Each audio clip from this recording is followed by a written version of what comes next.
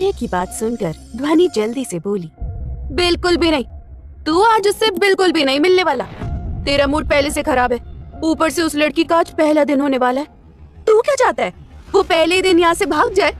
हाँ तो भाग जाए, क्या फर्क पड़ता है, उससे उसी का नुकसान होने वाला है। नंबर 1, वो यहाँ पर जॉब करने का मौका खो देगी, और नंबर 2, उसे हमें कंपनसेशन कर देना होगा।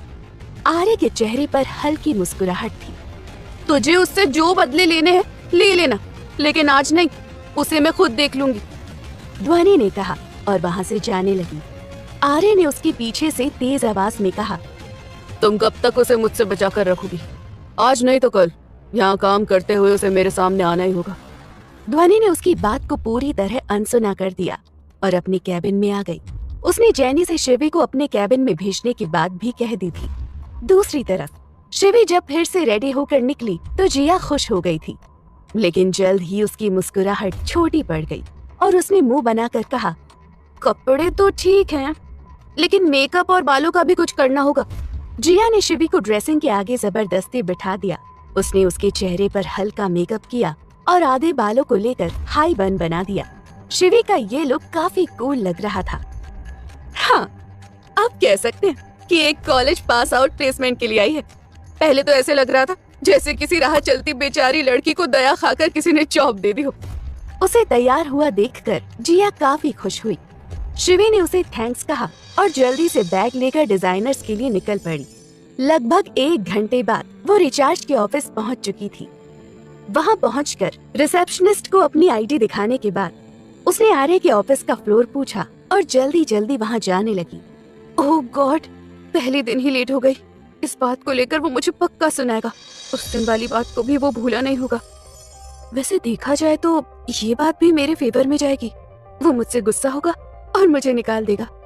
लिफ्ट रुकते ही शिवी बाहर निकली। वो तेज कदमों से चलते हुए आर्य के कैबिन के पास पहुंची। उसे ऑफिस आने में देर हो गई थी। वहां पहुंचने के बाद वो सबसे पहले आर्य की सेक्रेटरी जैनी से मिली। मुझे मिस्टर ओबरॉय से मिलना है। मेरा नाम शिवनंदिनी अय्यर है और मुझे।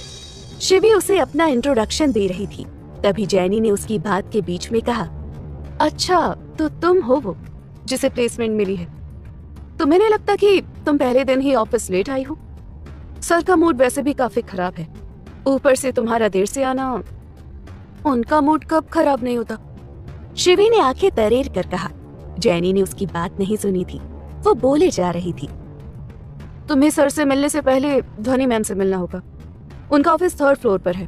वहां जाओगी तो किसी से पूछ लेना। शिवी ने हाँ में सिर हिलाया और वहां से वापस लिफ्ट की तरफ आ गई। लगता है उसके साथ काम करने वाले लोग भी बिल्कुल उसी की तरह, तभी यहाँ काम करने वाले लोग टिके हुए हैं। उन्हें उसे झेलने में दिक्कत नहीं होती होगी। शिवी 3rd फ्लोर पर पहुंच चुकी थी। ध्वनि के ऑफिस की तरफ बढ़ते हुए वो सोच रही थी, चलो एक बात तो अच्छी है, यहाँ ज्यादातर काम करने वाले लोग इंडियन हैं। फिर उसे ख्याल आया कि वो यहाँ काम करने नहीं बल्कि जॉब छोड़ने के सिलसिले में बात करने आई थी। ये बात याद आते ही उसने अपने सिर पर हल्के से मारा और कहा, इंडियंस के साथ रहने का इतना ही शौक है तो अपने देश में चलकर ही रहना। खुद से बातें करते हुए शिवी ध्वनि के कैबिन तक पहुंची। उसने दरवाजा खटखटाकर हल्की तेज आवाज में अंदर आने के लिए पूछा, मे आई कम इन मैम? यस। अंदर से ध्वनि की एक सख्त आवाज आई। शिवी अंदर आई। उसके अंदर आते ही ध्वनि उसकी तरफ चेयर पर बैठे बैठे पलटी। ध्वनि उसे ऊपर से लेकर नीचे तक देख रही थी। तो तुम हो मिस शिवनंदिनी अय्यर? नाम देखकर लगा नहीं था कि तुम इतनी कूल हो सकती हो। ध्वनि ने उसकी अपीयरेंस के हिसाब से जज किया। शिवी झट से बोली, वो मुझे मिस्टर आर्य सिंह ओबरॉय से मिलना था। ध्वनि बोली, क्यों, मुझसे मिलने में कोई प्रॉब्लम है क्या? मैं भी इस कंपनी में पार्टनर हूँ। मेरे कहने का वो मतलब नहीं था। मैं बस एक बार सर से मिलना चाहती थी, शिवी ने जवाब दिया। अब जब यहाँ काम कर रही हो तो उनसे मिलना होता रहेगा। चलो बैठो, कॉन्ट्रैक्ट के बारे में डिस्कस करते हैं। बोलते हुए ध्वनि ने शिवी को सामने लगी चेयर पर बैठने का इशारा किया। शिवी हिचकिचाते हुए कुर्सी पर बैठ गई। ध्वनि कॉन्ट्रैक्ट को एक बार फिर पढ़ रही थी। शिवी ने उसकी तरफ देखा तो उसके चेहरे के भाव गंभीर थे। उसने अपने मन में कहा, ये तो देखने में काफी स्ट्रिक्ट लग रही है। इससे अच्छा उस जंगली बिल्ली से मिलने का मौका मिल जाता तो कुछ बोलने की जरूरत ही नहीं पड़ती। वो मेरी शक्ल देखकर ही मुझे यहाँ से निकाल देता। कॉन्ट्रैक्ट पढ़ने के बाद ध्वनि ने शिवी से कहा, हाँ तो सबसे पहले कांग्रेचुलेशन, तुम काफी लकी हो कि तुम्हें यहाँ प्लेसमेंट मिली। प्लेसमेंट के साथ ही तुम्हारी सैलरी शुरू हो जाएगी, जो कि तुम्हारे काम को देखकर होगी। तुम यहाँ प्रोजेक्ट मैनेजमेंट डिपार्टमेंट में काम करोगी, जिसमें तुम्हें प्रोजेक्ट मैनेजर को असिस्ट करना होगा। क्या हुआ, तुम कुछ बोल क्यों नहीं रही? उसके कोई जवाब ना देने पर वानी ने पूछा, वो मैं ये कहना चाहती थी कि मैं ये जॉब नहीं कर सकती, मेरी कुछ पर्सनल रीजंस हैं। आप मेरी जगह किसी और को प्लेसमेंट दे सकती हैं। आप कहे तो मैं आपको कुछ अच्छे नाम सजेस्ट कर सकती हूँ जो मेरे यूनिवर्सिटी से हैं। उन्होंने भी काफी अच्छा स्कोर किया है, एंड ट्रस्ट मी, वो मुझसे किसी भी तरह कम नहीं है। वो टॉप स्कोर ना कर पाए हूँ, लेकिन मुझसे भी ज्यादा टैलेंटेड है। शिवी ने एक सांस में ध्वनि के सामने सब कुछ बोल दिया। उसकी पूरी बात गौर से सुनने के बाद ध्वनि ने जवाब में कहा, रियली मैडम, ये कोई मजाक चल रहा है जो तुम ये नौकरी नहीं करना चाहती? डोंट फॉरगेट कि तुमने कॉन्ट्रैक्ट साइन किया है। ये कोई हलवा पूरी नहीं है जो तुम्हें पसंद नहीं है तो तुम अपने किसी दोस्त को पास कर दोगी। लीगल कॉन्ट्रैक्ट है, लीगल कॉन्ट्रैक्ट।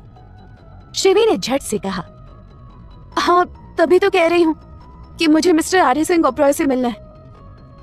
तुम जिस आर्य सिंह ओबरॉय से मिलने की बात कर रही थी वो आज बहुत ज्यादा गुस्से में है। तुम्हारी बात सुनने के बाद उसका गुस्सा 10 गुना बढ़ जाएगा। ध्वनि ने कहा, आप नहीं जानती, लेकिन हम एक दूसरे को जानते हैं। बस प्लीज एक बार मुझे उससे बात करने दीजिए। शिवी उसके सामने आर्य से मिलने की रिक्वेस्ट करने लगी। वो सब तो ठीक है, अगर तुम्हें ये नौकरी करनी ही नहीं थी तो तुमने कॉन्ट्रैक्ट क्यों साइन किया? ध्वनि शिवी के इस रवैये से काफी हैरान थी। जहां सभी डिजाइनर्स में प्लेसमेंट पाने के लिए बेताब रहते थे, वहीं वो प्लेसमेंट मिलने के बाद भी इतने अच्छे मौके को यूं ही जाने दे रही थी। तुम जानती हो, इस तरह के कॉन्ट्रैक्ट कैंसिल नहीं किए जा सकते। अगर तुमने इसे तोड़ा तो तुम्हें फाइन भरना पड़ सकता है। मैं कंपनसेट करने के लिए तैयार हूँ, शिवी ने बिना सोचे समझे कहा। उसकी बात सुनकर ध्वनि हंसी और फिर बोली, ठीक है, अब सच में लगता है तुमने कॉन्ट्रैक्ट को ध्यान से नहीं पढ़ा। चलो मैं बता देती हूँ, अगर तुमने इस कॉन्ट्रैक्ट को तोड़ा तो तुम्हें 50,000 पाउंड कंपनसेशन के तौर पर देने पड़ेंगे। रकम सुनते ही शिवी के होश उड़ गए। इतने सारे पैसे ये मैं कहां से लाऊंगी? क्या 50,000 पाउंड? कॉन्ट्रैक्ट तोड़ने पर कंपनसेशन की रकम सुनकर शिवी का मुंह खुला रह गया। उसने आगे कहा, तो क्या मुझे सैलरी भी इतनी ही मिलेगी? नहीं, सैलरी तो इतनी नहीं मिलेगी, पर ये कंपनसेशन की रकम कुछ सोच समझकर ही तय की गई है। ध्वनि ने कहा, और अगर मेरे बजाय ये कॉन्ट्रैक्ट मिस्टर ओबरॉय ने तोड़ा तो? अगर उन्होंने कॉन्ट्रैक्ट तोड़ा तो उन्हें ये रकम मुझे देनी होगी ना? ध्वनि ने उसकी बात पर हामी भरते हुए कहा, हाँ बिल्कुल। फिर तो मेरा एक बार आर्य सिंह ओबरॉय के सामने आना ही काफी होगा। मुझे देखने के बाद वो खुद मुझे यहाँ से निकाल देंगे और इस कॉन्ट्रैक्ट को तोड़ेंगे। चलो अच्छा है, बिना काम किए ही मुझे पैसे कमाने का मौका मिल जाएगा। शिवी ने काफी कॉन्फिडेंट होकर कहा, इतना खुश होने की जरूरत नहीं है। वो आर्य सिंह ओबरॉय है, उसके रूल्स बहुत अलग हैं। अगर सामने उसका सबसे बड़ा दुश्मन भी खड़ा होगा तब भी वो एक कॉन्ट्रैक्ट नहीं तोड़ेगा। वो सब कुछ बर्दाश्त कर सकता है, लेकिन काम के मामले में नुकसान कभी नहीं। वो इस कॉन्ट्रैक्ट को नहीं तोड़ेगा, बल्कि ये जानने के बाद कि प्लेसमेंट के लिए तुम आई हो और वो तुम्हें पसंद नहीं करता तो तुम्हारी जिंदगी हेल बना देगा। ध्वनि की बातों ने शिवी को अच्छा खासा डरा दिया। क्या सच में ऐसा है? शिवी बच्चों सा चेहरा बनाकर बोली, बिल्कुल ऐसा ही है। वैसे बताओगी कि तुम उसे कैसे जानती हो? तुम दोनों के बीच ऐसा क्या हुआ है जिस वजह से वो तुम्हें नापसंद करता है? ध्वनि के पूछने पर शिवी ने उस दिन की पूरी कहानी बता दी। जब आर्य ने कैफे खरीद लिया था सिर्फ उसे नीचा दिखाने के लिए। पूरी बात सुनने के बाद ध्वनि ने हंसकर कहा, अच्छा तो तुम हो वो लड़की जिसकी वजह से उसने इंडियाना रेस्टोरेंट खरीदा था। तुम्हारे इस किस्से के बाद एक बात तो साफ है कि तुम उसकी रडार पर आ चुकी हो। ध्वनि शिवी से बात कर रही थी, तभी उसके मोबाइल पर किसी का मैसेज आया। उसने वो मैसेज पढ़ा और शिवी की तरफ मुस्कुरा कर देखा। ठीक है, मैं देख लूंगी। उसने जल्दबाजी में उस मैसेज का जवाब दिया। क्या सच में उनसे बचने का कोई तरीका नहीं है? मैं आपको जानती तो नहीं, लेकिन आपको देखकर लग रहा है कि आप सामने वाले को अच्छे से समझती होंगी। प्लीज मेरी हेल्प कीजिए, मेरा इंडिया जाना बहुत जरूरी है। शिवी उसके सामने लगभग गिड़गिड़ाते हुए बोली। ध्वनि अपनी जगह से खड़ी हुई और शिवी के पास वाली कुर्सी पर बैठ गई। ठीक है, मैं तुम्हारी मदद करूंगी, पर सिर्फ आर्य से बचने में। लेकिन तुम इस कॉन्ट्रैक्ट को नहीं तोड़ सकती। मतलब मुझे यहाँ काम करना ही होगा? शिवी ने मुंह बनाकर कहा। ध्वनि ने मुस्कुराते हुए उसकी बात पर हामी भरी। वो ये कॉन्ट्रैक्ट कभी कैंसिल नहीं करेगा। और हाँ, कोशिश करना कि उसके सामने तभी आओ जब उसका मूड ठीक हो। बाकी मैं कोशिश करूंगी उसे संभालने की। ध्वनि एक ही मुलाकात में शिवी से काफी फ्रेंडली हो गई थी। शिवी ने उसकी बात पर हामी भरी। ध्वनि ने उसे उसका सारा काम समझा दिया। ना चाहते हुए भी शिवी उस कॉन्ट्रैक्ट में फंस चुकी थी। वो ध्वनि के साथ उसके कैबिन में थी। क्या मुझे बाहर उन लोगों के साथ डेस्क पर काम करना पड़ेगा? क्या होगा जब आर्य सिंह ओबरॉय इस फ्लोर पर आएंगे? अगर उन्होंने मुझे देख लिया तो वो मुझे मजबूर करेंगे कि मैं खुद से ये कॉन्ट्रैक्ट तोड़ूं और उन्हें मुआवजा दूं। ऐसा हुआ तो मैं इतने पैसे कहां से लेकर आऊंगी? शिवी काफी परेशान थी और उसने ध्वनि से काफी सारे सवाल पूछ डाले। ओके, मैं तुम्हारी परेशानी समझ सकती हूँ। चलो, मैं तुम्हें कुछ जरूरी बातें बताती हूँ जिससे तुम्हारा काम आसान हो जाए। तुम्हें प्रोजेक्ट मैनेजमेंट डिपार्टमेंट में डालने का कहा गया है। उस एरिया में आर्य काफी कम जाता है। वो एरिया भी ऑफिस के टॉप फ्लोर यानी 6th फ्लोर पर है, तो मीटिंग भी अक्सर वहीं अटेंड करता है। मुझे नहीं लगता तुम्हारी आर्य से ज्यादा मुलाकात होगी। हाँ, प्लेसमेंट के चक्कर में वो तुमसे मिलने आ सकता है। ध्वनि ने शिवी को उसके काम से लेकर आर्य किस वक्त कहाँ होता है उस सब के बारे में एक साथ समझा दिया। उसकी बातें सुनने के बाद शिवी को कुछ तो राहत की सांस मिली।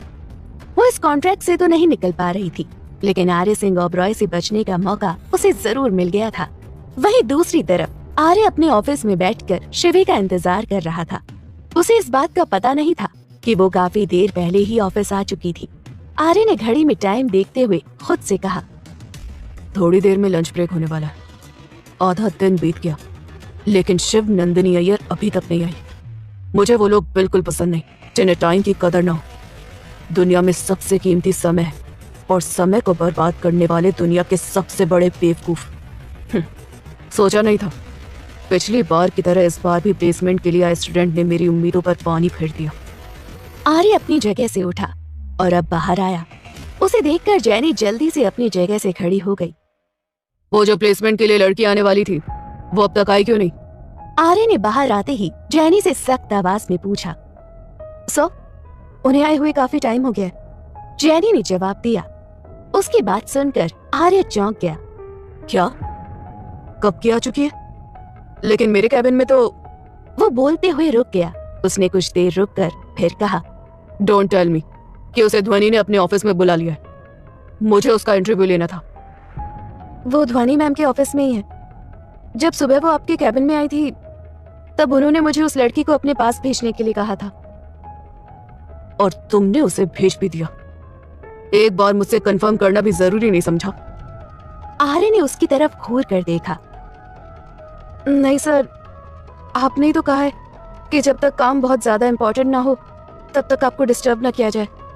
बाकी काम ध्वनि मैम ही संभालती है, तो मुझे लगा इस बार भी आपने ये काम उन्हें सौंपा होगा। जैनी ने घबराते हुए जवाब दिया। ठीक है। आर्य ने भी उससे आगे कुछ नहीं कहा और वहां से ध्वनि के फ्लोर पर जाने के लिए लिफ्ट की तरफ बढ़ने लगा। कैसी लड़की है, सबसे पहले उसे अपने बॉस से मिलना चाहिए। यहाँ आकर एक बार मेरे बारे में पूछा तक नहीं होगा उसने। कल भी उसका बिहेवियर काफी स्ट्रेंज था। मैंने उसे कॉन्ग्रेचुलेशन कहा, उसका भी उसने कोई जवाब नहीं दिया। उसने अपना फेस भी कवर कर रखा था। कहीं वो अपनी आइडेंटिटी तो छुपा नहीं रही है, या हो सकता है कि वो कोई क्रिमिनल हो। लिफ्ट से ऊपर जाते हुए आर्य के मन में अलग अलग ख्याल आ रहे थे। शिवी के क्रिमिनल होने के बारे में सोचकर ही आर्य को काफी अजीब लगा। नहीं, क्रिमिनल कैसे हो सकती है? यूनिवर्सिटी में ऐसे ही किसी को एडमिशन थोड़ी ना मिलता होगा। पहले उसका बैकग्राउंड चेक होता होगा। मैं भी ना, क्या क्या सोच रहा हूँ। सुबह से ही दिमाग खराब है, तभी उल्टे सीधे ख्याल आ रहे हैं। लिफ्ट के रुकते ही आर्य के कदम ध्वनि के कैबिन की तरफ बढ़ रहे थे। उस फ्लोर पर काम कर रहे लोग उसे देखकर खड़े हो गए और उन्होंने उसे गुड आफ्टरनून विश किया। आर्य ने मुस्कुराते हुए उन सबको बैठने का इशारा किया और ध्वनि के कैबिन में गया। वहाँ पर कोई नहीं था। उन दोनों को कैबिन में ना देखकर आर्य ने कहा, लगता है वो उसे उसके डिपार्टमेंट में लेकर गई होगी। कल ही प्रोजेक्ट मैनेजमेंट डिपार्टमेंट से एक लड़के का प्रमोशन हुआ है, वहीं पर स्टाफ की जरूरत थी। हो ना हो, ध्वनि उसे वहीं लेकर गई होगी। लगता है वहीं जाकर मिलना पड़ेगा। ये सोचते हुए आर्य 6th फ्लोर की तरफ जाने लगा। शिवी को अंदाजा भी नहीं था जिस मुसीबत से भागने का उसने प्लान बना लिया था वो उसके पीछे आ रही थी। आर्य 6th फ्लोर की तरफ जा रहा था, तभी उसे ख्याल आया, कॉल करके पूछ लेता हूँ, क्यों बेकार में टाइम वेस्ट करना। ध्वनि शिवी के साथ 6th फ्लोर पर थी, जहाँ प्रोजेक्ट मैनेजमेंट डिपार्टमेंट बना हुआ था। आर्य का कॉल आता देख ध्वनि जल्दी से दूसरी तरफ आ गई। तू मेरे साथ ऐसा कैसे कर सकती है? मैंने तुम्हें कहा था कि मुझे उस प्लेसमेंट वाली स्टूडेंट से मिलना है, उसके बावजूद तुम उसे। ध्वनि के फोन उठाते ही आर्य जल्दी जल्दी बोलने लगा। ध्वनि ने उसकी बात बीच में काटते हुए कहा, तेरा मूड खराब था, मुझे लगा लड़की का पहला दिन है और पहले दिन ही तुमने उसे डांटा तो उसका भी मूड खराब हो जाएगा। बस यही सोचकर उसे अपने कैबिन में पहले बुला लिया। लेकिन मुझे भी उससे मिलना था, आर्य ने कहा। तो क्या हो गया अगर वो पहले मेरे कैबिन में आ गई और मैंने उसे उसका काम समझा दिया? तुमसे मिलने के बाद भी तो मुझे यही करना था। वो अब यहीं पर काम करेगी, तुम जब चाहो तब उससे मिल सकते हो। ध्वनि ने बातों बातों में आर्य को कन्विंस करने की कोशिश की ताकि वो आज के दिन शिवी से ना मिले। अच्छा ठीक है, आर्य ने उसकी बात तुरंत मान ली। मैं तेरे फ्लोर पर आया था लेकिन तू यहाँ नहीं थी, सोचा उससे मिल लूंगा, पर कोई बात नहीं, आज नहीं तो कल मिल लूंगा। तेरा काम हो गया तो लंच साथ में लेंगे। जल्दी से उसे उसका काम समझाकर मेरे कैबिन में आ जाना। ध्वनि ने उसकी बात पर हामी भरी और फिर कॉल कट कर दिया। उससे बात करने के बाद वो वापस शिवी के पास आई। वो अंदर जा चुकी थी। अंदर आते ही ध्वनि ने शिवी से कहा, सॉरी, वो कॉल आने की वजह से मुझे बाहर जाना पड़ा। तुम इन सबसे इंट्रोडक्शन नहीं कर पाई होगी। कोई बात नहीं, अब तो इन्हीं के साथ काम करना है। काम करते हुए हम एक दूसरे को अच्छे से जान ही लेंगे। शिवी ने मुस्कुरा कर जवाब दिया। ध्वनि उसके बाद शिवी को प्रोजेक्ट मैनेजमेंट टीम से इंट्रोडक्शन करवाने लगी। सबसे पहले उसने वहाँ मौजूद औरत से उसका परिचय करवाया। ये है मिस काजोल श्रीवास्तव, ये तुम्हारी टीम की हेड है। काजोल श्रीवास्तव के बाद ध्वनि उसके पास खड़े आदमी की तरफ इशारा करके बोली, और वो मिस्टर चिराग दास है, ये इस टीम के असिस्टेंट हेड है। जब भी रिपोर्ट सबमिट करने के लिए मीटिंग होती है तब ये दोनों ही मीटिंग अटेंड करते हैं। उन्होंने शिवी को हेलो कहा। जवाब में शिवी ने भी मुस्कुराकर उनके हेलो का जवाब दिया। काजोल श्रीवास्तव लगभग एक 40 साल की हल्की मोटी औरत थी। उसने वेस्टर्न कपड़े पहन रखे थे और उसके बाल लगभग कंधे से कुछ ही लंबे थे, जिन्हें उसने पिगटेल में बांध रखा था। उसकी आंखों पर एक बड़ा सा चश्मा लगा था। वहीं मिस्टर चिराग दास भी उन्हीं के हम उम्र थे। वो दुबले पतले थे और उन्होंने भी आंखों पर चश्मा चढ़ा रखा था। उन दोनों से परिचय करवाने के बाद ध्वनि ने वहाँ खड़े लड़के का इंट्रोडक्शन देते हुए कहा, और ये हिमांशु है। वो लड़का हिमांशु शिवी से उम्र में थोड़ा बड़ा था। वो दिखने में अच्छा खासा हैंडसम ब्लॉन्ड बालों वाला लंबा लड़का था। इनके साथ पहले एक और लड़का काम करता था जिसका नाम दिव्यम था। उसका प्रमोशन हो जाने की वजह से यहाँ एक सीट खाली है। ध्वनि ने बताया, मेरा नाम शिवनंदिनी अय्यर है। मुझे आप सबके साथ काम करने का बहुत एक्साइटमेंट है। आई होप हम यहाँ एक अच्छी टीम बनकर साथ काम करेंगे। शिवी ने अपना परिचय दिया। शिवनंदिनी अय्यर तुम्हारा नाम कुछ ज्यादा ही बड़ा नहीं है क्या? इसका कुछ शॉर्ट फॉर्म नहीं हो सकता मिस अय्यर? मिस्टर दास ने कहा तो काजोल ने उनकी तरफ घूर कर देखा, जिसकी वजह से वो चुप हो गए। अच्छा, आप लोग साथ काम करिए और एक दूसरे को अच्छे से जान पहचान लीजिए। कहते हैं साथ काम करने वाले आपस में दोस्त हों तो काम ज्यादा अच्छे से होता है। मैं अब चलती हूँ, वैसे भी लंच ब्रेक होने वाला है। ध्वनि उन सबको वहाँ छोड़कर नीचे चली गई।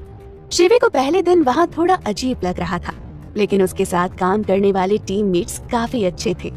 मिस्टर दास ज्यादा बोलने की वजह से बहुत कम समय में शिवी से काफी घुल मिल गए थे।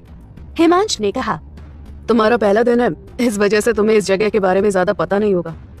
लंच ब्रेक हो गया, मैं ऐसा करता हूँ हम लोगों का खाना ऊपर ही मंगवा लेता हूँ। क्या स्टाफ के लिए खाने के लिए अलग से जगह बनाई गई है? शिवी ने पूछा। हाँ, हमारे बॉस अकड़ू जरूर है, लेकिन वो स्टाफ का काफी ख्याल रखते हैं। तुम यकीन नहीं करोगी, इस बड़ी सी बिल्डिंग में एक 5 स्टार रेस्टोरेंट जैसी भी जगह हो सकती है, जहाँ खाने पीने से लेकर रिलैक्स करने का अच्छा इंतजाम किया गया है। लंच ब्रेक लगभग 1 घंटे का होता है, जहाँ तुम आराम से बैठकर खाना खा सकती हो। वहाँ लगी बड़ी सी स्क्रीन पर न्यूज देख सकती हो, और जिम करना चाहो तो एक बड़ा सा जिम एरिया भी बना है। कल ऑफिस जल्दी आना, मैं तुम्हें पूरा ऑफिस घुमा दूंगा। अपने ज्यादा बोलने की आदत की वजह से चिराग दास ने एक ही सांस में शिवी को ऑफिस के बारे में काफी कुछ बता दिया। हाँ हाँ ठीक है, अब तुम थोड़ा कम भी बोलो, थोड़ी एनर्जी काम में भी यूज करो। मिस श्रीवास्तव ने उसे फिर टोक दिया। क्या मैं ज्यादा बोलता हूँ? नहीं, मैं बिल्कुल भी ज्यादा नहीं बोलता, सिर्फ तुम अकेले इकलौते इंसान ऐसी हो जो ऐसा कहती हो। मिस्टर दास बोले। उन दोनों के बीच की नोक-झोंक देखकर शिवी के चेहरे पर मुस्कुराहट थी, तो हिमांशु भी हंस रहा था। उसने शिवी के पास आकर दबी आवाज में कहा, मिस्टर दास और मिस श्रीवास्तव ऐसे ही पूरे दिन हमारा एंटरटेनमेंट करते रहेंगे। अगर तुम बोर हो तो बता देना, हम जूनियर को काम करने के लिए अलग रूम भी दिया गया है। सोचा नहीं था, पहले ही दिन ऑफिस में सबसे इतना घुल मिल जाऊंगी। काफी अच्छी जगह, शिवी ने जवाब दिया। उसे लगा था कि वो पहले दिन ऑफिस आएगी तो उसके साथ क्या कुछ नहीं होगा, लेकिन पहले ही दिन वो काफी फैमिलियर हो गई थी। उसे वहाँ बहुत अच्छा महसूस हो रहा था। चलो लंच ऑर्डर करते हैं, बोलो तुम्हें क्या खाना है? हिमांश ने पूछा। कुछ भी ऑर्डर कर दो, मुझे सब चलता है। शिवी ने झिझक के मारे ज्यादा कुछ नहीं कहा। शिवी उन सबसे मिलकर अपनी प्रॉब्लम कुछ देर के लिए भूल गई। वो उनके साथ लंच एंजॉय कर रही थी। दूसरी तरफ ध्वनि आर्य के साथ उसके कैबिन में थी। वो दोनों साथ में लंच कर रहे थे। मैं कब से नोटिस कर रहा हूँ, जब भी मैं उस प्लेसमेंट वाली लड़की मिस शिवनंदिनी अय्यर की बात करता हूँ तो तुम बात को टाल देती हो। अब चुपचाप बताओ वो लड़की कैसी है? आर्य ने पूछा। पहले तुम चैन से खाना तो खा लो। कहते हैं खाना खाते टाइम ज्यादा बात नहीं करनी चाहिए, और ऐसा मुझे तुमने ही कहा था। अब तुम खुद अपने रूल्स तोड़ रहे हो। ध्वनि ने खाते हुए कहा। पहले जब भी वो दोनों साथ में खाना खाते थे तब ध्वनि बोलती रहती थी, जबकि आर्य उसे बार बार चुप रहने को कहता था। लेकिन आज सब उल्टा हो रहा था। ध्वनि चुपचाप खाना खा रही थी क्योंकि वो आर्य से शिवी का जिक्र नहीं करना चाहती थी। वहीं आर्य बार बार उससे शिवी के बारे में पूछ रहा था। आर्य उसकी बात सुनकर बोला, कभी कभी हमें अपने रूल्स तोड़ लेने चाहिए। अब चलो बताओ वो लड़की कैसी है? मैंने तो उसकी शक्ल तक नहीं देखी। अच्छा हुआ नहीं देखी, तभी यहाँ एक तूफान आने से बच गया। ध्वनि ने खुद से बड़बड़ा कर कहा। फिर उसने आर्य की तरफ देखा और सामान्य आवाज में कहा, लड़की काफी अच्छी है।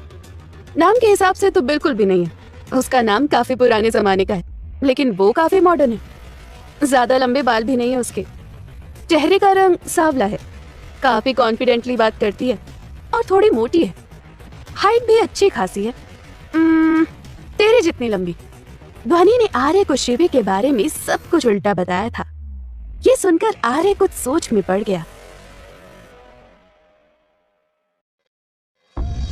ध्वनि ने जब शिवी के रंग रूप के बारे में बताया तो आर्य एकदम से बोला, लेकिन ऐसा कैसे हो सकता है? उस दिन उसने मास्क लगा रखा था और आंखों पर गॉगल्स थे, बाल भी माथे पर फैला रखे थे। माना इस वजह से चेहरा नहीं देख पाया, लेकिन उसके हाथों का रंग गोरा था। मुझे अच्छे से याद है, उसकी हाइट शायद मेरे कंधे तक आती थी। बाल बांध रखे थे, इस वजह से पता नहीं चला, लेकिन उसके बाल लंबे लग रहे थे। तूने तो कहा था तूने उसे देखा नहीं, और अब पूरी डिटेल्स दे रहा है। इतना गौर से कभी तूने मुझे भी देखा या नहीं? ध्वनि ने उसकी तरफ घूर कर देखा। अरे नहीं, ऐसा नहीं है। तुमने कहा वो लड़की मोटी थी, और उस दिन तो मोटी नहीं लग रही थी।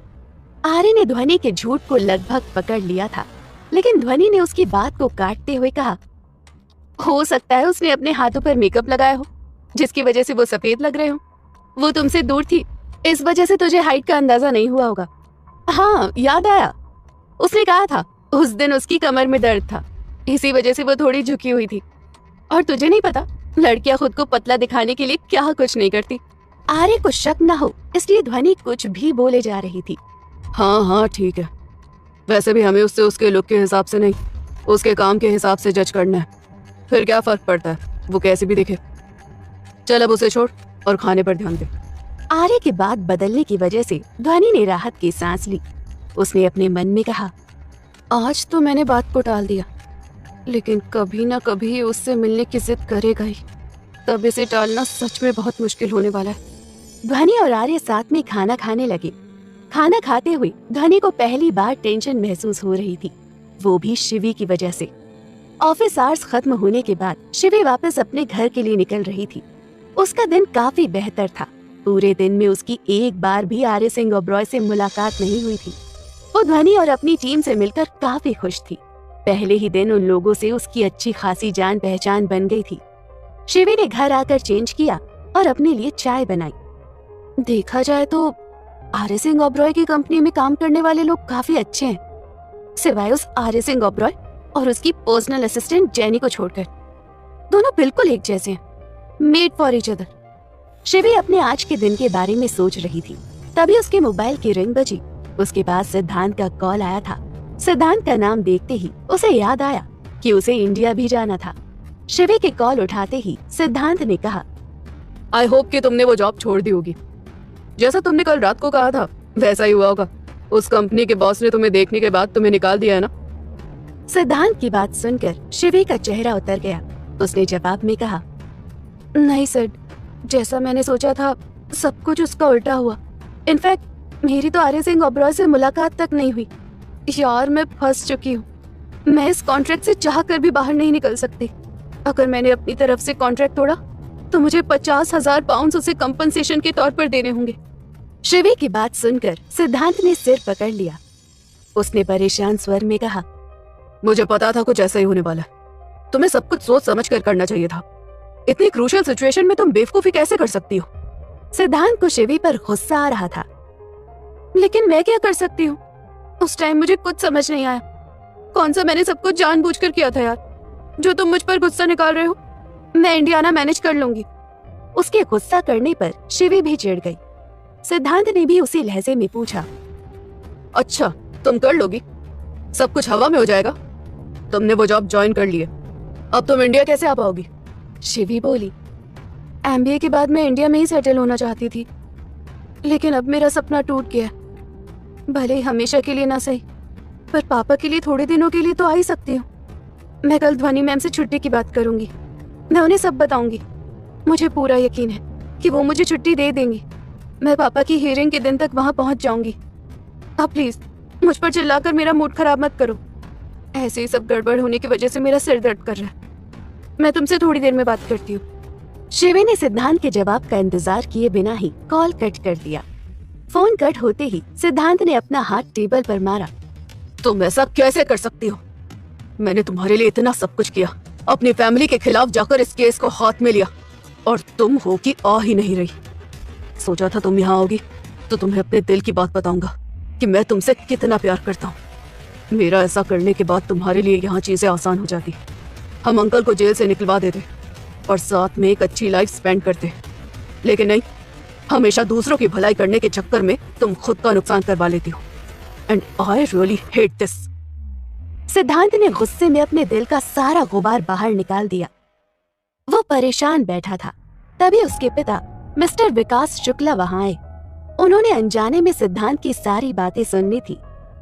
अच्छा, तो ये वजह है कि तुम हमारी फर्म के खिलाफ जाकर उस क्रिमिनल को बचाना चाहते हो। मुझे तुमसे ये उम्मीद बिल्कुल नहीं थी सिड। उनके चेहरे पर नाराजगी के भाव थे। वो सिद्धांत के सामने लगी चेयर पर बैठ गए। मिस्टर अय्यर बेकसूर है और ये मैं साबित करके रहूंगा, सिद्धांत ने जवाब दिया। मिस्टर शुक्ला उसे समझाते हुए बोले, इस उम्र में प्यार के लिए जुनून होना अच्छा होता है। वो लड़की भी अच्छी है, मैं उससे मिला हूं और मुझे तुम दोनों के रिलेशन से कोई प्रॉब्लम नहीं है। हाँ, प्रॉब्लम है तो इस बात से तुम उसे गलत तरीके से पाने की कोशिश कर रहे हो। उसके चक्कर में तुम उसके बाप को बचा रहे हो, जिसने एक लड़की को बेरहमी से मार दिया। उसने एक और इंसान को मारने की कोशिश की, लेकिन खुशकिस्मती से वो बच गया। मिस्टर शुक्ला ने अपनी नाराजगी जाहिर की। उनकी फैमिली में लगभग सभी सदस्य वकालत करते थे, इसलिए उन्होंने खुद की प्राइवेट फर्म खोल रखी थी। पूरे मुंबई शहर में उनकी फर्म काफी फेमस थी, क्योंकि वो जो भी केस लेते थे वो उसमें जीत हासिल करते थे, और साथ ही वो किसी झूठे या अपराधी व्यक्ति का केस नहीं लड़ते थे। उनके लिए सच्चाई की बहुत कीमत थी। शिवी के पापा का केस लड़ने के लिए उनके फर्म में से किसी ने हाँ नहीं की, लेकिन शिवी के लिए सिद्धांत ने उसके पापा का केस लिया। उसके ऐसा करने पर मिस्टर शुक्ला बहुत नाराज हुए। जानता हूँ मेरे ऐसे करने से आप सब नाराज हो, लेकिन मैं जिस दिन सबके सामने सच को साबित करूंगा उस दिन आपको मुझ पर गर्व होगा पापा। और हाँ, मैं फिर कहता हूँ, मिस्टर शिव अय्यर बेगुनाह है। सिद्धांत ने अपनी बात कही और कोट उठाकर वहाँ से चला गया। उसके पापा मिस्टर शुक्ला अभी भी वहीं बैठे थे। अब कौन समझाए इस लड़के को, एक लड़की के चक्कर में इतनी बड़ी बेवकूफी करने जा रहा है। ये भूल गया है कि बाप बाप होता है और बेटा बेटा। अब तक मैंने हमेशा सच के लिए लड़ाई की है और इस बार भी लड़ रहा हूँ। देखता हूँ ये मेरे सामने कैसे जीत पाता है। मिस्टर शुक्ला और सिद्धांत एक दूसरे के ऑपोजिट केस लड़ रहे थे। जहां मिस्टर शुक्ला शिव के पिता शिव अय्यर को गुनहगार साबित करना चाहते थे, तो वहीं सिद्धांत शिवी के लिए उन्हें बेगुनाह साबित करने पर अड़ा था। एक नॉर्मल सा केस एक बाप बेटे के बीच की लड़ाई बन गया था। ऑफिस खत्म होने के बाद आर्य अपने दोनों सूटकेस के साथ एली के घर पहुंच गया। पिछली बार जब वो आया था, उसके बाद उसने अपने पीछे से इंटीरियर डिजाइनिंग टीम को वहां भेजा था, जिसने घर को काफी हद तक बदल दिया था। उसने एली के कमरे में कोई चेंज नहीं करवाया था। घर को देखने के बाद वो काफी इम्प्रेस हुआ। एली के कमरे के अलावा जो दूसरा कमरा था उसे जिम एरिया में बदल दिया गया था। घर का हॉल छोटा सा था, फिर भी उसके एक कोने में डाइनिंग टेबल तो दूसरे कोने में उसके काम करने के लिए टेबल और बाकी जरूरी सामान रखा हुआ था। किचन को भी अपडेट कर दिया गया था। पीटर अंकल इस घर की देखभाल करते थे। वो एली के एकमात्र रिश्तेदार थे। आर्य को वहाँ देखकर उनके चेहरे पर मुस्कुराहट थी। तुमने यहाँ शिफ्ट करने का सोच तो लिया है, लेकिन ये जगह तुम्हारे लिए छोटी नहीं रहेगी। पीटर अंकल ने कहा, मेरे लिए ये घर मेरी पूरी दुनिया है, फिर ये छोटी कैसे हो सकती है। आर्य ने मुस्कुराकर जवाब दिया। उसने अपने सूटकेस वहीं एक कोने में रख दिए और वहाँ लगी कुर्सी पर बैठ गया। आप मेरा सारा काम संभाल लेंगे ना? अगर आपको हेल्पिंग स्टाफ की जरूरत है तो मैं किसी को बोल देता हूँ। आर्य ने पूछा। तुम्हें इस बारे में ज्यादा सोचने की जरूरत नहीं है, मैं संभाल लूंगा। गार्डन की देखरेख मैं करता ही हूँ। कपड़े और बर्तन के लिए मशीन लगी है तो वो। पीटर अंकल उसे काम के बारे में बता रहे थे, तभी आर्य बीच में बोल पड़ा। मेरा काम मैं खुद कर लूंगा। हाँ, मुझे डिनर रेडी चाहिए, मैं डेजी के साथ भिजवा दूंगा। पीटर अंकल ने जवाब दिया। आर्य ने कहा, ठीक है। एली के साथ मैंने इस घर में काफी टाइम बिताया है, तब भी आपने हमारी बहुत हेल्प की थी। सुबह का ब्रेकफास्ट मैं खुद बना लूंगा और सफाई के लिए आप किसी को मत भेजिएगा, मैं वैक्यूम क्लीनर से खुद ही कर लूंगा। लेकिन तुम्हें ये सब काम करने की कोई जरूरत नहीं है, आप बेवजह इतनी टेंशन ले रहे हैं। पीटर ने आर्य को समझाने की कोशिश की, लेकिन उसने उनकी बात नहीं सुनी। मैंने कहा ना, अपना काम मैं खुद देख लूंगा। छोटा सा ही तो घर है और रहने वाला भी मैं अकेला इंसान, सब हो जाएगा। ठीक है। पीटर को आर्य की बात माननी ही पड़ी। वो वहाँ से डिनर लाने का बोलकर चला गया। उनके जाने के बाद आर्य ने घर को ठीक से देखा। वो उसकी जरूरत के हिसाब से काफी अच्छी तरह से सेट था। उसने अपना सामान वहाँ अलमारी में सेट किया। एली के कपड़े उसी अलमारी में एक तरफ करीने से रखे हुए थे। अपना घर छोड़कर उसे पहले बहुत बुरा महसूस हो रहा था, पर यहाँ आने के बाद वो बेहतर महसूस कर रहा था। रात के 1 बज रहे थे। एक क्लब के अंदर ध्वनि किसी के आने का इंतजार कर रही थी। उसे बहुत नींद आ रही थी, लेकिन उस जगह वो किसी का इंतजार कर रही थी। वो उससे मिले बिना भी नहीं जाना चाहती थी। पूरे 2.5 घंटे से उसका वेट कर रही हूँ, अब तक नहीं आया। बिजनेस मेरा है और बिजी वो रहता है। आने दो से, मैं बताती हूँ। इंतजार करने की वजह से ध्वनि के चेहरे पर हल्का गुस्सा था। वो काफी थकी हुई भी थी। उसका इंतजार करते हुए ध्वनि 15-20 मिनट और बैठी रही। जब वो नहीं आया तो ध्वनि उठकर बाहर आ गई। वो अपनी गाड़ी में बैठ ही रही थी कि किसी ने उसका हाथ पकड़ा और खींचकर अपने गले से लगा लिया। तुम्हें बहुत पाप लगने वाला है। लगभग 3 घंटे से तुम्हारा वेट कर रही हूँ। तुम्हें पता है ना मैं ऑफिस में कितना थक जाती हूँ, उसके बावजूद यहाँ तुम्हारा इंतजार कर रही थी। तुम्हें तो मुझसे पहले आना। वो मेरी अच्छी दोस्त है। उसकी बात सुनकर ध्वनि उससे अलग हुई और कहा, जानती हूँ अब से वो मेरी भी अच्छी दोस्त बनने वाली है। और हाँ, डोंट वरी, अब तक तो मैंने सब संभाल दिया है और आगे भी सब संभालती रहूंगी। प्लीज उसे पता मत चलने देना कि मैंने तुम्हें। वो अपनी बात पूरी कर पाता उससे पहले ही ध्वनि ने कहा, चिंता मत करो, मैं उसे कुछ नहीं बताऊंगी। चलो अब उसकी बातें करना छोड़ते हैं। हम पूरे 1 हफ्ते बाद मिल रहे हैं। तुम्हारी फ्रेंड को तो मैं संभाल लूंगी, पर बदले में तुम्हें उसकी पूरी कीमत चुकानी पड़ेगी। टाइम टू टाइम मिलने आना होगा। और ध्वनि बोल रही थी, तभी उस लड़के ने उसके होंठों पर हल्का सा किस किया। उसके ऐसा करने पर ध्वनि के चेहरे पर मुस्कुराहट आ गई। उसने हंसते हुए कहा, अरे वाह, तुम तो बहुत समझदार हो। पहले किश्त चुका भी दी। मुझे शिवी से पहले ही मिल लेना चाहिए था, उसी के बहाने सही, लेकिन तुमने खुद से प्यार तो जताया। लड़का मुस्कुरा कर बोला, चलो लॉन्ग ड्राइव पर चलते हैं, गाड़ी मैं ड्राइव करूंगा। बोलते हुए उसने ध्वनि के लिए गाड़ी का दरवाजा खोला। जरूर मिस्टर ईशान। ध्वनि उसके बगल में जाकर बैठ गई। ध्वनि के साथ मौजूद लड़का शिवी का फ्रेंड ईशान था। जब शिवी ऑफिस में थी तब उसने ही उसे मैसेज किया था। ईशान के कहने पर ही ध्वनि ने शिवी की मदद की थी। दोनों साथ में अच्छा टाइम स्पेंड करने के लिए लॉन्ग ड्राइव पर निकल गए थे। सुबह के 6:30 बज रहे थे। आर्य एली के घर पर कंफर्टेबली सेटल हो गया था। वो उसके बेडरूम में सो रहा था। सुबह ठीक 6:30 बजे अलार्म बजने पर उसकी नींद खुली। उसने उठकर अलार्म बंद किया और पास में रखा पानी पिया ताकि उसकी नींद अच्छे से खुल जाए। पानी पीते हुए उसने अपने घर में खाना पकाने की खुशबू महसूस हुई। मैंने पीटर अंकल से कहा था कि मैं अपना ब्रेकफास्ट खुद बना लूंगा, फिर इतनी सुबह घर पर कौन खाना पका रहा है। आर्य जल्दी से बिस्तर से उठा और देखने के लिए बाहर आया। किचन में उसके दादाजी विक्रम प्रताप सिंह थे, जो उसके लिए ऑमलेट बना रहे थे। आर्य को सामने देखकर उन्होंने मुस्कुरा कर कहा, गुड मॉर्निंग, तुम तो बहुत पंक्चुअल हो, आज भी टाइम पर उठते हो। आर्य उनके पास गया और कहा, वो सब तो ठीक है, लेकिन आप इतने सुबह मेरे घर पर क्या कर रहे हो? और आप मेरे लिए ब्रेकफास्ट क्यों बना रहे हो? आपने तो मेरे साथ सेटल होने से मना कर दिया था। वैसे आपको कैसे पता चला कि मैं इसी घर में हूँ? आर्य ने उनके सामने सवालों की झड़ी लगा दी। क्योंकि मैं तुम्हारा दादा हूँ और मुझे तुम्हारे बारे में हर छोटी चीज पता है। मुझे पता था कि तुम मुझे यही मिलोगे, तो बस आ गया मिलने। विक्रम जी ने जवाब दिया। उनकी बात सुनकर आर्य ने मुंह बनाया। अब आने का क्या फायदा? कल जब मैं सबके सामने आपसे पूछ रहा था कि आप मेरे साथ चलिए, तब आपने कोई जवाब नहीं दिया। सब मेरी तरफ अजीब नजरों से देख रहे थे। कम से कम मेरी इज्जत रखने के लिए तो हाँ बोल देते। अच्छा बताओ, ऑमलेट के साथ क्या खाओगे? जूस बना दूं? विक्रम सिंह जी ने उसकी बात का जवाब देने के बजाय उसे नाश्ते के बारे में पूछने लगे। उनका पूरा ध्यान कुकिंग पर था। आर्य उनके पास गया और उनका हाथ पकड़कर कहा, दादू, ये सब करने की कोई जरूरत नहीं है, मैं खुद से कर लूंगा। और आप तो मुझसे बात भी मत कीजिए, मैं आपसे नाराज हूं।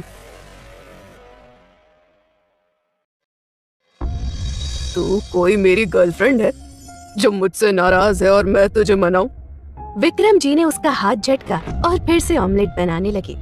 आर्य बोला, रहने दीजिए, अगर मैं आपकी गर्लफ्रेंड भी होता तब भी कौन सा आप मुझे मनाने आ जाते। आपको बातें टालना अच्छे से आता है, लेकिन इस बार मैं आपकी बातों में नहीं आने वाला। मुझे अच्छे से याद है, कल आपने सबके सामने मेरे साथ आने के लिए मना कर दिया था। आप ये सब मुझे मनाने के लिए कर रहे हैं तो मत कीजिए, मैं नहीं मानने वाला। बस भी कर। तो जानता है कि मैं उस घर को छोड़कर नहीं आ सकता। वैसे भी वो घर चिड़िया घर से कम नहीं है। मैं भी आ गया तो सारे जानवर बाहर निकल आएंगे और फिर पता है ना क्या होगा। विक्रम सिंह जी ने गंभीरता से कहा। ये सुनकर आर्य हंस दिया। दादू ने उसके सर पर प्यार से हाथ फेरा और कहा, चल अब जल्दी से फ्रेश होकर आ, फिर साथ में ब्रेकफास्ट करते हैं। और हाँ, ज्यादा टाइम मत लगाना। आर्य ने उनकी बात पर हामी भरी और वहाँ से चला गया। उसके जाते ही दादू की नजर सामने लगी आर्य और एली की तस्वीर पर गई। एक तुम ही थी जिसके होने पर हम दोनों को कुछ अच्छा होने की उम्मीद थी। तुम्हारे जाने के बाद वो उम्मीद भी मिट गई। तुम थी तो हम दोनों खुलकर जी पाते थे। अब हम दोनों ही अकेले हो गए हैं। जानता हूँ तुम्हारे जाने के बाद तुम्हारी जगह कोई नहीं ले सकता। अरे तो क्या, मैं खुद नहीं चाहता कि कोई तुम्हारी जगह ले, पर जिंदगी एक जगह पर नहीं रुक सकती ना। चाहता हूँ अब वो आगे बढ़े। विक्रम जी एली की तस्वीर के सामने खड़े होकर उससे बातें कर रहे थे। तभी आर्य बाथरूम से बाहर आया और उन्हें एली की तस्वीर के आगे खड़ा देखा तो उसके चेहरे पर मुस्कुराहट थी। उसने उनके पास आकर कहा, अच्छा, तो मेरे पीछे से मेरी एली से शिकायत लगाई जा रही है, लेकिन यहाँ आपकी दाल नहीं गलने वाली दादू। मैं कोई शिकायत नहीं कर रहा, हर बार की तरह इसका साथ मांग रहा हूँ। विक्रम जी ने जवाब दिया। चलिए ब्रेकफास्ट करते हैं। आर्य ने उन्हें टालने के लिए कहा और उनका हाथ पकड़कर उन्हें डाइनिंग टेबल तक ले आया। आर्य और विक्रम जी साथ बैठकर ब्रेकफास्ट कर रहे थे। जैसे ही आर्य ने फर्स्ट बाइट खाया, उसने कहा, अरे वाह, आज भी आपके हाथों में वही स्वाद है। मैं तो कहता हूँ आप मेरे यहाँ कुक की नौकरी कर लीजिए, फिर आपको मेरे पास आने का बहाना भी नहीं बनाना पड़ेगा। अब बस भी कर, क्या उम्र भर मुझसे ही खाना बनवाता रहेगा? मैं चाहता हूँ कि तुम अपनी लाइफ में आगे बढ़ो। उन्होंने बातों ही बातों में आर्य से शादी करने की बात कही। सुबह सुबह इस आशीर्वाद के लिए थैंक यू सो मच दादू। मैं अपनी लाइफ में सच में बहुत ज्यादा आगे बढ़ना चाहता हूँ। आप देख रहे हैं ना, मैं वैसे भी काफी आगे बढ़ रहा हूँ। आर्य ने काफी स्मार्टली बातचीत का रुख बदल दिया। हाँ, बातें घुमाना तो कोई तुमसे सीखे, पर अब मैं तुम्हारी और नहीं सुनने वाला। मेरी जिंदगी का कोई भरोसा नहीं है, क्या पता कल ही मर जाऊं। मैं चाहता हूँ मरने से पहले मैं बच्चे की किलकारी सुनूं। जरूर, क्यों नहीं। आपको पता है ना, आपके लाडले बेटे घर में अपनी नई गर्लफ्रेंड को लेकर आए हैं। जिस हिसाब से उनकी हरकतें हैं, आज नहीं तो कल आपको उस घर में बच्चे की किलकारी सुनाई दे ही जाएगी। कहकर आर्य हंसने लगा। उसके ऐसा करने पर विक्रम जी ने उसके कंधे पर हाथ मारा। आप, लगता है दादू। आर्य ने बच्चों सा मुंह बनाया। हाँ तो उल्टा सीधा बोलेंगे तो ऐसे ही पिटाई होगी। मैं घुमा फिरा कर नहीं कहना चाहता था, क्योंकि मैं अगर घुमा फिरा कर बात तो करूंगा तो तुम उस बात को घुमा फिरा कर कहीं और ही ले जाओगे। बेहतर होगा कि अब सीधे सीधे तुम्हें कह दूं, मैं चाहता हूं कि तुम शादी कर लो। अगर तुम्हें कोई लड़की पसंद है तो बताओ, वरना मैं ही कोई लड़की पसंद कर लेता हूँ। विक्रम जी ने सख्त शब्दों में कहा। उनकी बात सुनकर आर्य ने अपने मुंह पर हाथ रखा और कहा, हाँ दादू, आप इस उम्र में लड़की पसंद करेंगे? मैंने तो पहले ही कहा था उस घर में मत रहिए, वरना आपके बेटे का आप पर असर हो जाएगा। आर्य। विक्रम जी ने उसकी तरफ घूर कर देखा तो आर्य सीरियस होकर बोला, अच्छा ठीक है, मैं समझ गया। आप क्या कहना चाहते हैं? आप जानते हो ना कि मैं सिर्फ एली से प्यार करता हूँ। मुझे नहीं लगता कि उसकी जगह कोई और ले पाएगा। आज नहीं तो कल तुम्हें शादी करनी होगी। चलो ठीक है, मैं मॉडर्न ख्यालात का हूँ तो तुम्हें लिव इन में रहने की इजाजत दे देता हूँ। अगर कोई लड़की पसंद है तो तुम उसके साथ लिव इन में रह सकते हो। विक्रम जी आर्य के दिल की बात जानने के लिए हर संभव कोशिश कर रहे थे। अगर मुझे कोई लड़की पसंद होती तो मैं उससे शादी ही कर लेता ना, ये ड्रामा करने की क्या जरूरत है? ठीक है, मैं समझ गया। मैं तुम्हारे लिए लड़की ढूंढ रहा हूँ। बाद में मत कहना कि मैंने जबरदस्ती की। हमारे जमाने में भी यही होता था, हम भी शादी के लिए तैयार नहीं होते थे, फिर भी घर वाले अच्छी लड़की ढूंढकर शादी करवा ही देते थे। मैं भी तुम्हारी दादी के साथ बहुत खुश था। विक्रम जी अपनी जिद पर अड़े थे। हाँ, मुझे अच्छे से पता है आप कितने खुश थे। आपको रमनदीप दादी पसंद थी, लेकिन हेजिटेशन के मारे आप कुछ कह नहीं पाए और उनकी शादी आपके भाई से हो गई। आर्य ने कहा तो दादू झट से बोले, ये बात तुम उसके सामने मत कह देना, वरना वो मुझे दो बातें अलग से सुनाएगी। वैसे भी उसने मुझे कम टोंट नहीं मारे तेरे बाप की वजह से। विक्रम जी की बात से आर्य समझ गया था कि उनके मन में ये बात किसने डाली होगी। उसने झट से कहा, अच्छा तो ये सब रमनदीप दादी का किया धरा है। तभी मैं सोचूं, अचानक आपको मेरी शादी की फिक्र कब से सताने लगी? बोल दीजिएगा अपनी एक्स लवर को कि मुझे नहीं करनी है शादी। अपनी बात कहकर आर्य कपड़े लेकर नहाने के लिए चला गया। विक्रम जी उसे वहाँ समझाने आए थे, पर उनका वहाँ आना कोई काम नहीं आया। वो मॉर्निंग वॉक के बहाने उससे मिलने के लिए यहाँ आए थे। आर्य के नहाने चले जाने के बाद वो वहाँ से चले गए। आर्य जब तैयार होकर बाहर आया तो विक्रम सिंह जी वहाँ से जा चुके थे। आर्य तैयार होकर ऑफिस के लिए निकल गया। वहीं दूसरी तरफ शिवी भी ऑफिस के लिए तैयार हो चुकी थी। कल उसे जिया ने तैयार किया था, इसलिए वो अलग लग रही थी, लेकिन आज वो हमेशा की तरह खुद से तैयार हुई थी। उसने अपने पापा का दिया पिंक स्वेटर पहना था और साथ में व्हाइट जैकेट भी। आज ज्यादा ठंड नहीं होने की वजह से उसने स्कार्फ नहीं लिया था। उसके लंबे घुंघराले बाल नॉर्मल तरीके से खुले थे।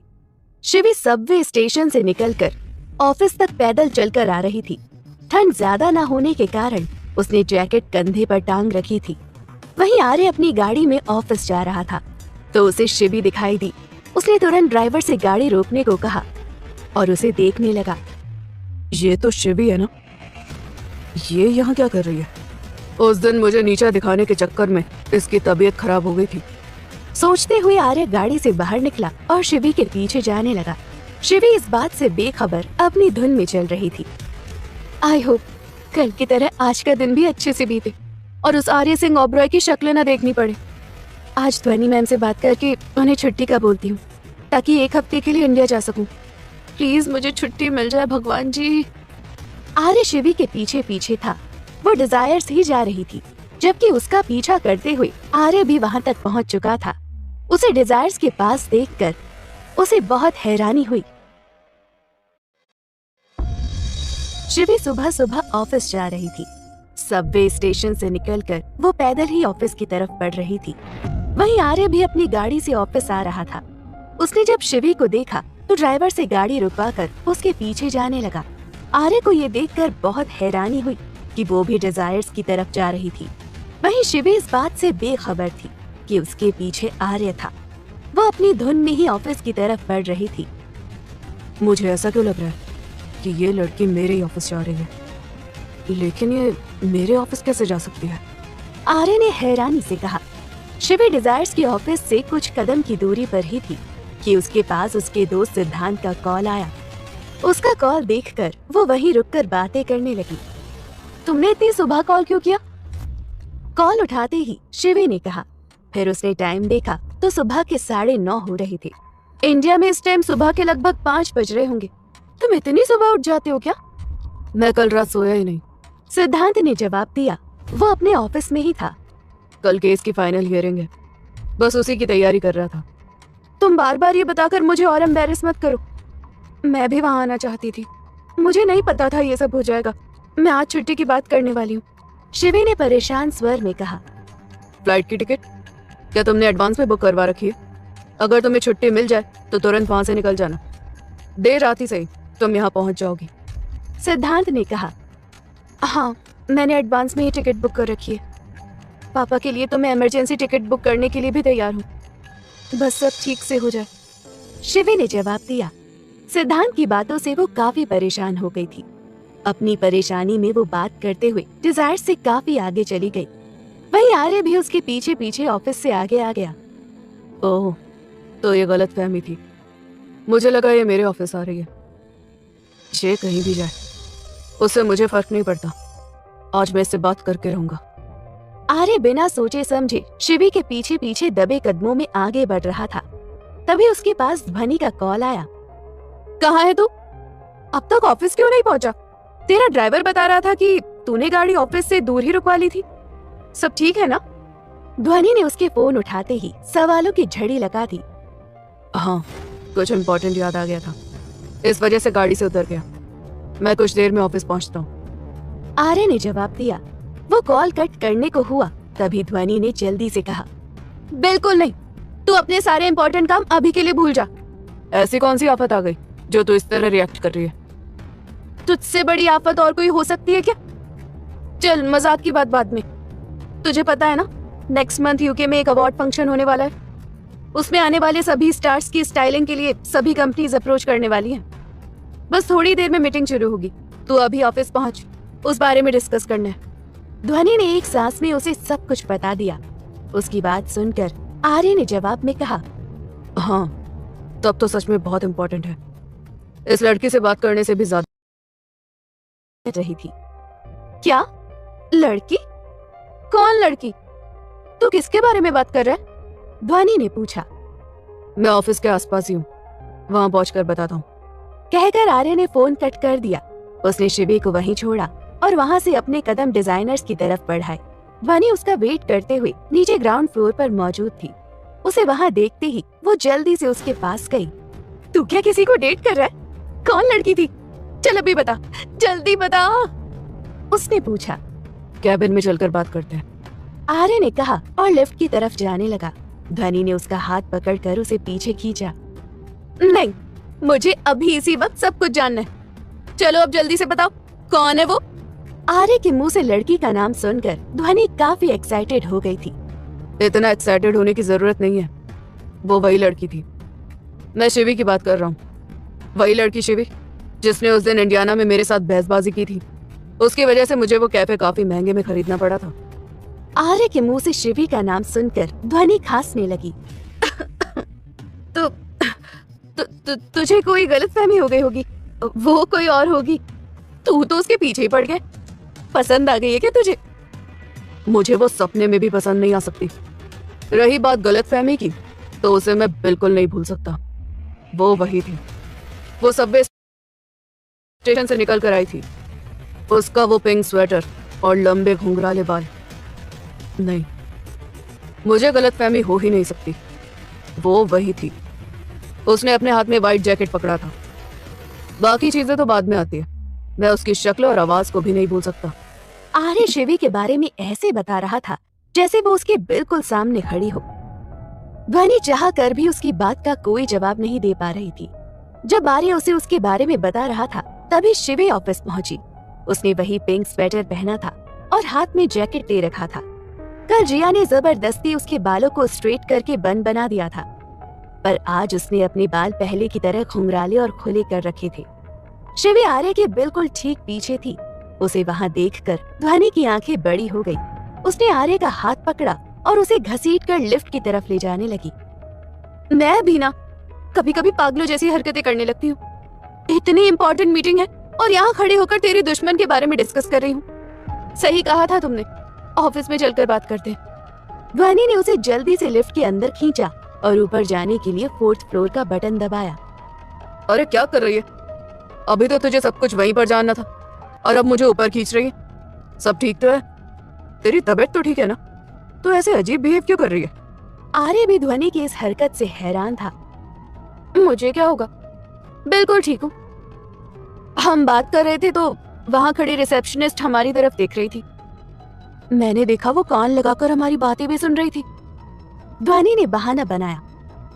हाँ ठीक है, तुम ऐसा करना, बाकी काम संभाल लेना, मैं मीटिंग देख लूंगा। मीटिंग में जो भी होगा मैं तुम्हें बता दूंगा। तुम फ्री हो तो मीटिंग में चल सकती हो। ऐसा करना, आज शाम को प्रोजेक्ट मैनेजमेंट टीम के साथ एक मीटिंग फाइनल कर देना। उनसे सब डिस्कस कर लेंगे ताकि वो हमें इसका ड्राफ्ट दे सके। आर्य ने ध्वनि को सब समझा दिया। वो लोग 4th फ्लोर पर पहुंच चुके थे। लिफ्ट रुकते ही आर्य आगे बढ़ने लगा, जबकि ध्वनि अभी भी लिफ्ट के अंदर थी। सारी मुसीबतें आज ही आनी थी क्या? इसे आज ही प्रोजेक्ट मैनेजमेंट टीम के साथ मीटिंग करनी है और आज ही शिवी को पिंक स्वेटर पहनकर आना जरूरी था क्या? ये शिवी से इतना चिढ़कर बैठा है। जब इसे ये पता चलेगा कि वो यहाँ काम कर रही है तो पता नहीं ये क्या करेगा। ध्वनि वहाँ खड़ी खुद से बातें कर रही थी। आर्य ने महसूस किया तो उसने मुड़कर देखा। वो अभी भी लिफ्ट में थी। उसने तेज आवाज में उसे आवाज लगाई। वहाँ क्या कर रही हो? अंदर आओ। मैंने कहा ना, मुझे तुमसे और भी बातें करनी है। ध्वनि ने उसकी बात पर हामी भरी और जल्दी जल्दी चलकर उसके पास गई। उसने देखा आर्य के चेहरे पर गुस्सा साफ दिखाई दे रहा था। ध्वनि आर्य के साथ उसके कैबिन में आकर बैठ गई, लेकिन उसे नाराज देखकर ध्वनि ने पूछा, ये तेरी नाक क्यों लाल है? कहीं तो गुस्से में तो नहीं? तूने अपना घर छोड़ दिया था, फिर तेरा मूड कैसे खराब हो सकता है? पता नहीं, ऐसे ही मेरा दिमाग खराब हो रहा है। आर्य को खुद समझ नहीं आ रहा था वो किस बात से नाराज है, मगर ध्वनि पूछे जा रही थी तो आर्य ने कहा, मेरा मूड खराब है क्योंकि सुबह सुबह दादू मेरे घर आ गए और मुझसे शादी करने की बात कहने लगे। जानती है ना कि मैं अली से ही प्यार करता हूँ और कोई उसकी जगह नहीं ले सकता। बस उसी वजह से थोड़ा मूड खराब था। फिर बाद में वो नकचड़ी लड़की शिवी दिख गई। उसे देखने के बाद तो मेरा मूड और खराब हो गया। आर्य ने उसे सब कुछ बता दिया। कोई बात नहीं, ऐसा होता रहता है। तुम ऐसा करना कि अपने लिए कॉफी के साथ केक मंगा लेना। कहते हैं मीठा खाने के बाद मूड फ्रेश हो जाता है। मैं तेरे लिए लेकर आऊं। शिवी से बात करने के लिए ध्वनि जल्दी से वहां से उठकर जाने लगी। उसे रोकते हुए आर्य ने कहा, हाँ वो सब ठीक है, वो मैं खुद देख लूंगा। तुम ऐसा करना, मिस शिवनंदिनी अय्यर को मेरे कैबिन में भेज देना। अरे नहीं, तुझे मीटिंग में जाने के लिए देर हो रही होगी। रही बात मिस अय्यर से मिलने की, तो आज शाम होने वाली मीटिंग में तुम मुझसे मिल ही लोगे। ध्वनि ने बहाना बनाया। आर्य ने तुरंत उसकी बात मान ली।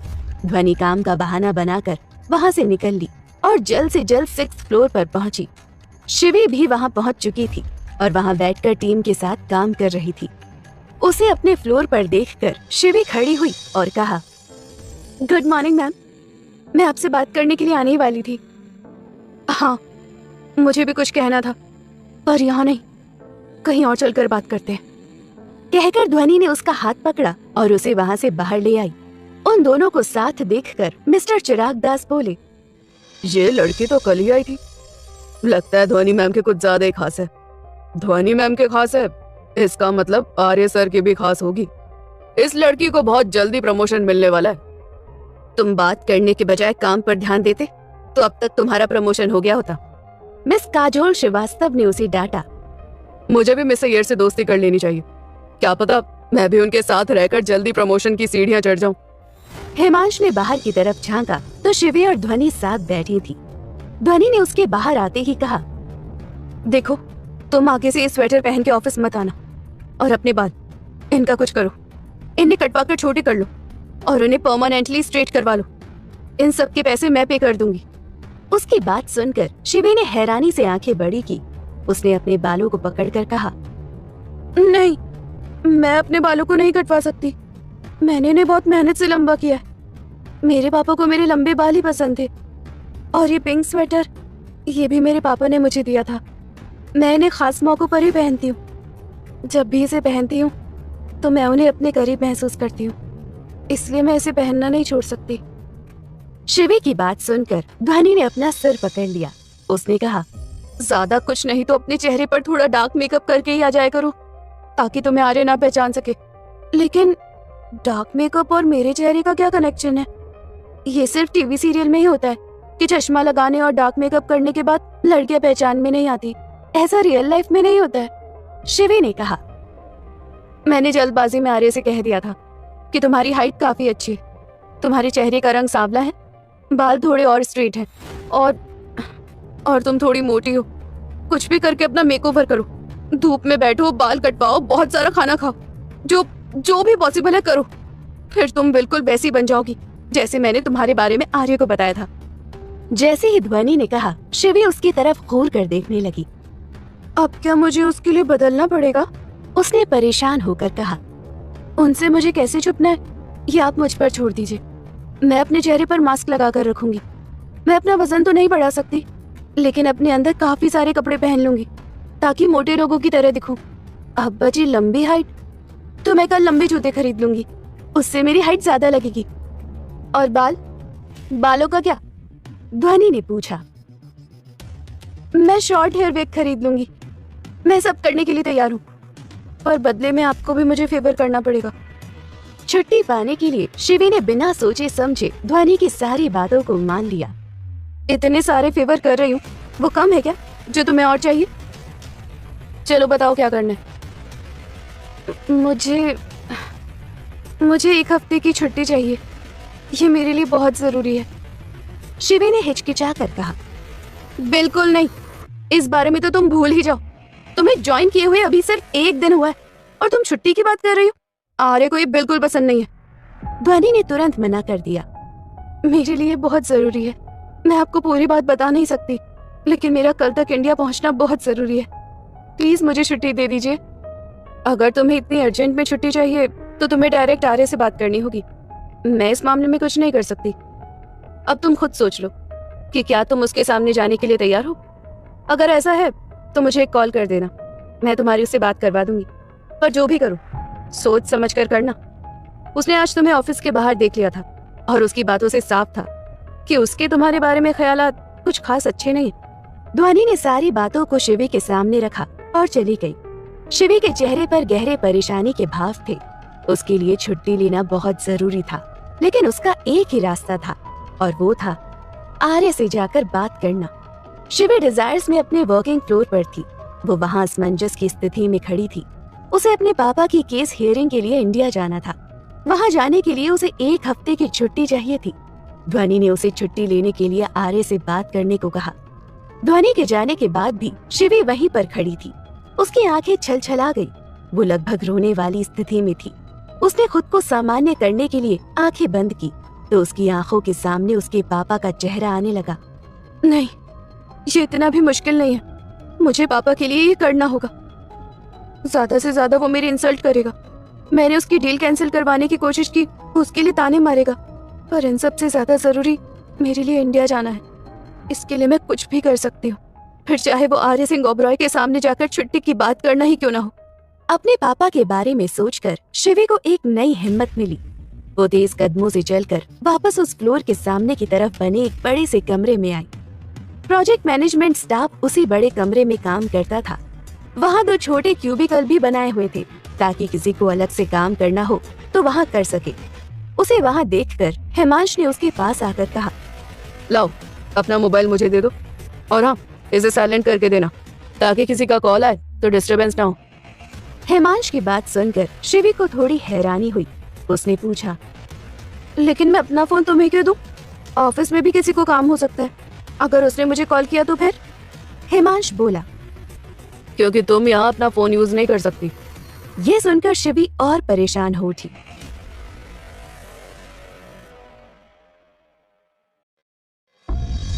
अरे तुम इतना परेशान क्यों हो रही हो? मैं तुम्हें ऑफिस का मोबाइल देता हूँ ना। एक्चुअली इस ऑफिस का रूल है कि आप यहाँ अपना पर्सनल मोबाइल यूज नहीं कर सकते।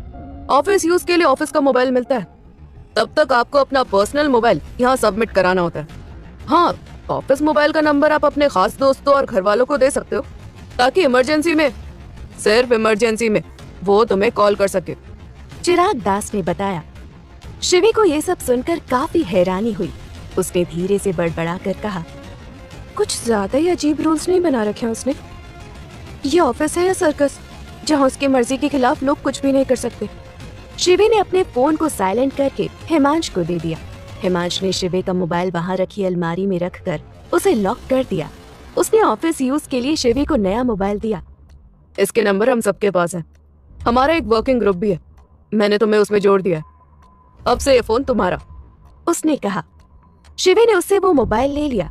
वो वहाँ बैठकर उनके साथ काम करने लगी, लेकिन उसका काम में मन नहीं लग रहा था। पता नहीं सब कैसे मैनेज होगा। अभी तो जाकर उससे बात भी करनी है। मुझे तो किसी के नंबर भी याद नहीं जिसे मैं इस फोन से कॉल कर सकूं। अगर इस बीच किसी का इम्पोर्टेंट कॉल आए तो? शिवी के मन में काफी सारी बातें चल रही थी। इस चक्कर में उसके हाथ रुके हुए थे। काजोल ने उसकी तरफ ध्यान दिया तो सख्त लहजे में कहा, मैंने तुम्हें इस फाइल में कुछ पॉइंट्स हाईलाइट करने के लिए कहा था और तुम्हें कोई प्रॉब्लम है क्या? या तुम्हारा ब्रेकअप हो गया? जो जब से आई हो खोई खोई लग रही हो। उसकी आवाज से शिवी का ध्यान टूटा। उसने हड़बड़ा कर कहा, मैं नहीं, ऐसा कुछ नहीं है। वो मुझे आर्य सर से एक बार मिलना था। उनसे तो हर कोई मिलना चाहता है, पर इतना आसान नहीं है। लगता है बाकी लड़कियों की तरह तुम भी सोशल मीडिया या मैगजीन में उनकी फोटो देखकर उनकी फैन बन गई होगी। हिमांश हंसकर बोला, फैन? मैं कोई उसकी फैन बन नहीं हूँ। वो कोई सेलिब्रिटी थोड़ी ना है। शिवी ने मुंह बनाकर जवाब दिया। हाँ, तुम ऐसे कैसे बात कर सकती हो? तुम्हें नहीं पता यहाँ काम करने वाली लड़कियां उनके साथ डेट पर जाने के लिए मरती हैं। चिराग दास ने हैरानी से कहा, हाँ तो मैं उन लड़कियों जैसी नहीं हूँ। मैं बहुत अलग हूँ। मुझे उनसे किसी काम के सिलसिले में मिलना था। वो मुझे छुट्टी चाहिए थी। शिवी ने उन्हें बातों बातों में छुट्टी की बात कही। उसकी बात सुनकर हिमांश जोर से हंसा और फिर बोला, छुट्टी? तुम उस बारे में भूल ही जाओ। ये डिजायर्स है और यूं समझ लो यहाँ रोबोट्स काम करते हैं। वीकेंड के अलावा यहाँ कभी छुट्टी नहीं मिलती, इमरजेंसी सिचुएशन में भी नहीं। हाँ, तुम्हारी फैमिली में कोई मर गया है तो बात अलग है। आज तो छुट्टी मिलना लगभग इम्पॉसिबल ही समझो। आज तो छुट्टी मिलना लगभग इम्पॉसिबल ही समझो। शिवी ने उन्हें बातों बातों में छुट्टी की बात कही। उसकी बात सुनकर हिमांश जोर से हंसा और फिर बोला, छुट्टी? तुम उस बारे में भूल ही जाओ। ये डिजायर्स है और यूं समझ लो यहाँ रोबोट्स काम करते हैं। वीकेंड के अलावा यहाँ कभी छुट्टी नहीं मिलती, इमरजेंसी सिचुएशन में भी नहीं। हाँ, तुम्हारी फैमिली में कोई मर गया है तो बात अलग है। अभी थोड़ी देर पहले ही मुझे मेल आया था। 1 महीने बाद कोई इवेंट होने वाला है, उसके लिए हमें तैयारियां करनी है। छुट्टी तो छोड़ो, आज पूरी रात यहाँ रुककर काम न करना पड़े, वही बड़ी बात है, काजोल ने कड़े शब्दों में कहा। उसकी बात सुनकर उन तीनों के हाथ जल्दी जल्दी चलने लगे। शिवी ने लंच ब्रेक में ध्वनि से बात करने का सोचा था, लेकिन वो आर्य के साथ मीटिंग में गई हुई थी। इस वजह से शिवी को उससे बात करने का मौका नहीं मिला। आर्य और ध्वनि के मीटिंग से आने के बाद उसने प्रोजेक्ट मैनेजमेंट टीम के साथ एक मीटिंग रखी थी। उसी को बताने के लिए एक स्टाफ मेंबर ऊपर आया था। क्या पूरी टीम को मीटिंग में जाना पड़ेगा? शिवी ने हल्का घबरा कर कहा। तुम डर क्यों रही हो?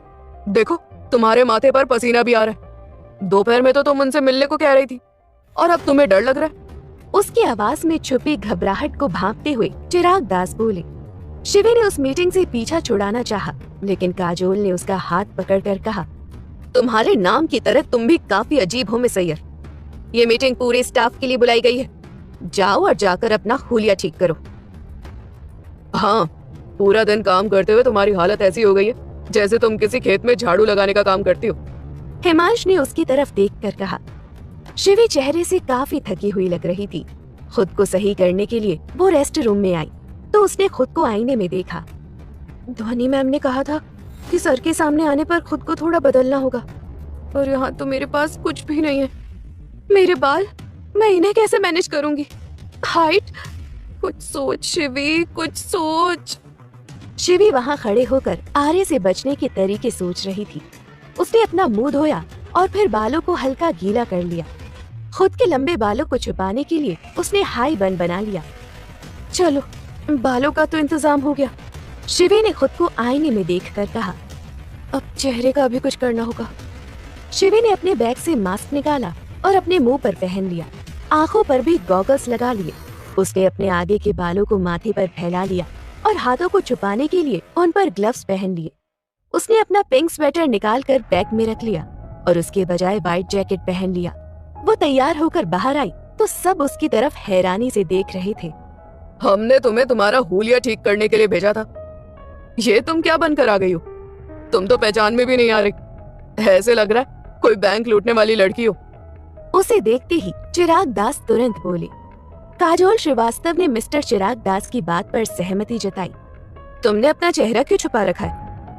और यहाँ ऑफिस में इतनी ठंड नहीं है जो तुमने ये मोटा जैकेट पहना है। वो सब शिवी के लुक को लेकर अपनी अलग अलग कमेंट पास कर रहे थे। शिवी भी इन सब की वजह से काफी असहज हो रही थी। उनकी बातें सुनकर शिवी ने गहरी सांस लेकर छोड़ी और फिर तेज आवाज में कहा, मैं जानती हूँ आप सबको मैं बहुत अजीब लग रही हूँ, लेकिन मुझे एक अजीब किस्म की मेडिकल कंडीशन है। कैसी मेडिकल कंडीशन? हिमांश ने हैरानी से पूछा।